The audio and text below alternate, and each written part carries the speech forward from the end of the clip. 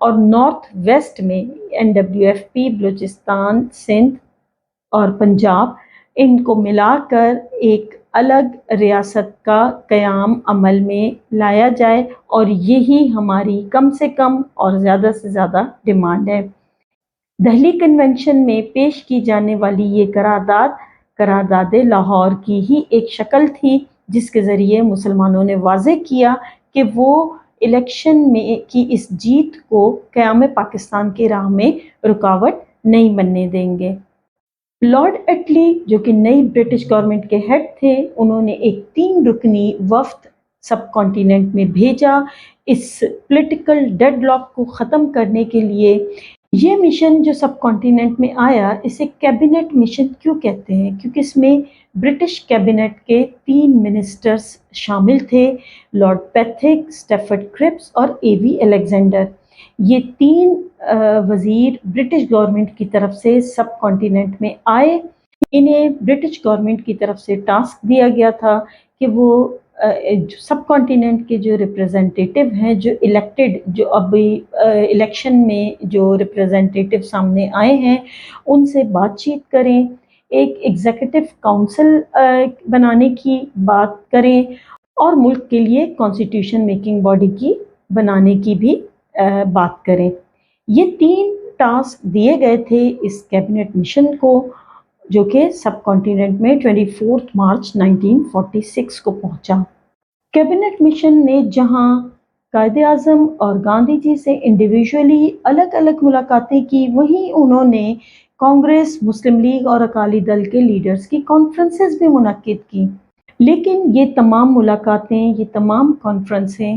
کسی بھی نتیجے پر پہنچے بغیر ختم ہو گئیں، اور کیبنٹ مشن کو ان ملاقاتوں سے، ان کانفرنسز سے کچھ بھی حاصل نہیں ہوا۔ مسلم لیگ نے ڈیفنس اور فارن ریلیشنز جو ہے وہ سینٹر کے حوالے کرنے کی بات کی، جبکہ کانگریس نے اس میں ایڈیشن کیا کہ ڈیفنس اور فارن ریلیشنز کے علاوہ کمیونیکیشن، کرنسی اور کسٹمز اور جو بیسک رائٹس ہیں، پلانز ہیں، وہ بھی سینٹر کے ہی حوالے کیے جائیں۔ NWFP اور آسام میں ریفرینڈم کرایا جائے کہ وہ اس گروپ کو جوائن کرنا چاہتے ہیں یا نہیں۔ 16 مئی 1946 کو کیبنٹ مشن نے اپنا ایک پلان پیش کر دیا، اس لیے کہ مسلم لیگ اور کانگریس تو کسی ایک پلان پر متفق ہو نہیں پا رہے تھے، لہٰذا کیبنٹ مشن نے اپنا پلان پیش کیا 16 مئی کو، جس کے تحت انہوں نے پاکستان کی اسکیم کو تو سرے سے ریجیکٹ کر دیا۔ اس کے علاوہ انہوں نے پاپولیشن کے بیسس پہ سیٹس کی ایلوکیشن کو بھی نہیں مانا، اور اس کے لیے انہوں نے کیا شرط دی؟ 10 لاکھ پر 1 سیٹ، یعنی 1 ملین پر 1 سیٹ۔ کیبنٹ مشن نے جو گروپنگ کی، اس میں Bombay, Madras, Central Provinces, United Provinces, Bihar کو ہندو میجورٹی ایریا کا گروپ قرار دیا، جبکہ سندھ، پنجاب، NWFP کو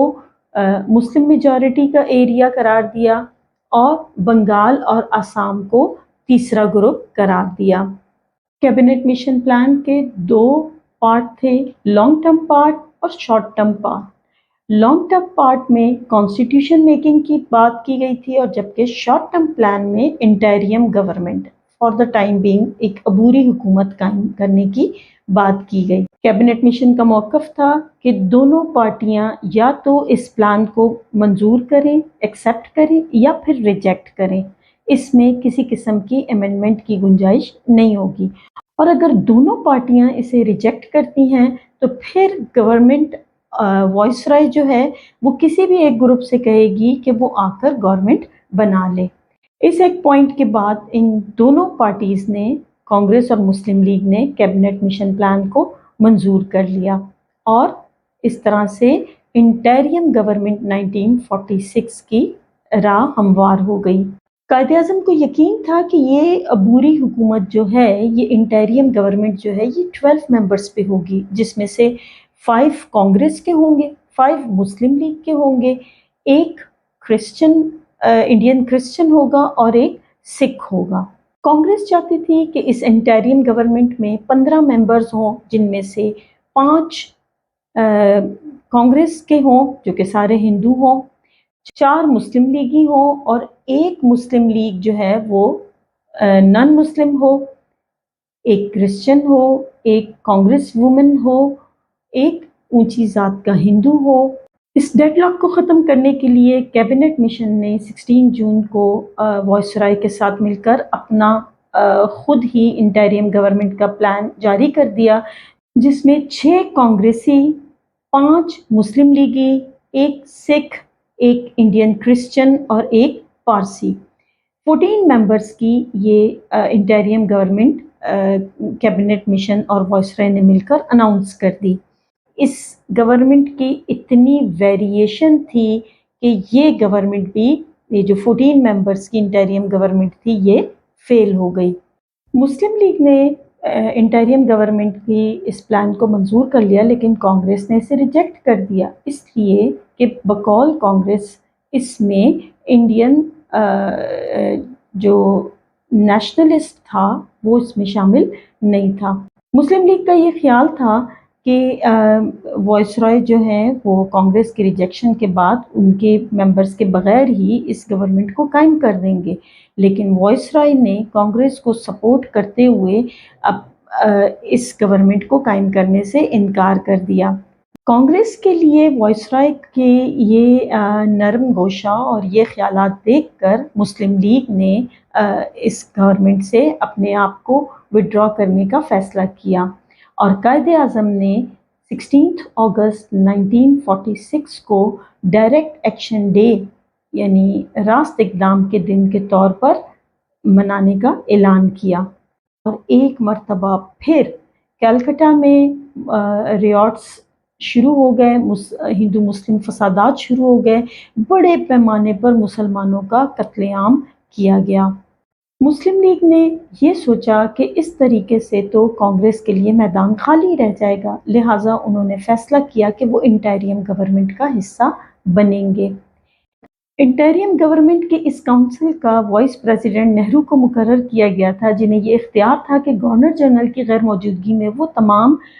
میٹنگز کی نہ صرف یہ کہ صدارت کرتے تھے بلکہ مکمل طور پہ وزیر اعظم کے اختیارات کو اپنے لیے استعمال کرتے تھے، جو کہ مسلم لیگ کو کسی بھی طور پر منظور نہیں تھا۔ اب دونوں پارٹیوں کے درمیان ایک ان ایزی سچویشن جو ہے وہ کریٹ ہونا شروع ہو گئی تھی، ساتھ ہی ساتھ ملک میں فسادات پھیلتے چلے جا رہے تھے۔ سب کانٹیننٹ کی سچویشن اتنی خراب ہو گئی تھی کہ British prime minister lord Italy کو یہ اناؤنس کرنا پڑا کہ وہ جون 1948 سے پہلے سب کانٹیننٹ میں پاورز کو ٹرانسفر کر دیں گے اور اسے ڈومینین سٹیٹس دے دیں گے۔ 20 فروری 1947 کی لارڈ اٹلی کی اس اناؤنسمنٹ کے بعد سب کانٹیننٹ میں رونما ہونے والے 3 اہم واقعات، 3 جون پلان، ریڈ کلف ایوارڈ اور انڈین انڈیپینڈنس ایکٹ 1947 اس لیکچر کا سیکنڈ پارٹ ہوگا، جو انشاءاللہ تعالی آپ سیکنڈ ویڈیو میں تفصیل سے دیکھ پائیں گے۔ اپنا ڈھیر سارا خیال رکھیے گا۔ مجھے امید ہے آج کا لیکچر جو کہ اتنا زیادہ لائیولی شاید نہیں تھا، بلکہ to some extent it was a bit boring, لیکن چونکہ یہ آپ کے سلیبس کا حصہ تھا، آپ نے اسے ضرور سننا تھا، سمجھنا تھا، تو اس لیے آپ اپنے ایگزام کے پوائنٹ آف ویو سے اسے امپورٹنٹ سمجھیں۔ انشاءاللہ تعالی اگلے لیکچر میں ہم اسے 1947 تک کنکلیوڈ کر لیں گے، اور اپنا ڈھیر سارا خیال رکھیے گا۔ اس لیکچر کے سیکنڈ پارٹ میں آپ سے ایک مرتبہ پھر ملاقات ہوتی ہے۔ اللہ حافظ۔